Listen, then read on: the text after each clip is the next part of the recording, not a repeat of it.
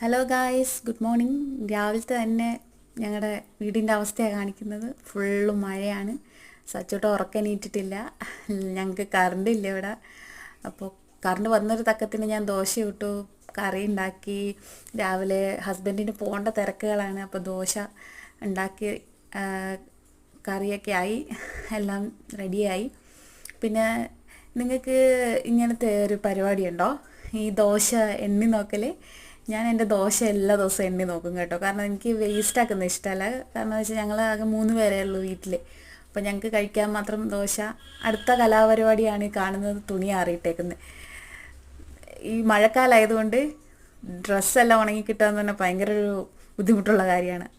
അതുപോലെ കറണ്ട് ഇല്ലാത്തതുകൊണ്ട് ഇതാ ടോർച്ചെല്ലാം അടിച്ച് വെച്ചിട്ട് ഭക്ഷണം കഴിക്കുന്നതാണ് കാണുന്നത് കേട്ടോ. പുറത്ത് പൊരിഞ്ഞ മഴയാണ്. നിങ്ങളുടെ അവിടെയൊക്കെ എങ്ങനെയുണ്ട് മഴയെല്ലാം? കമൻറ്റ് ചെയ്യൂ കേട്ടോ. ബൈ.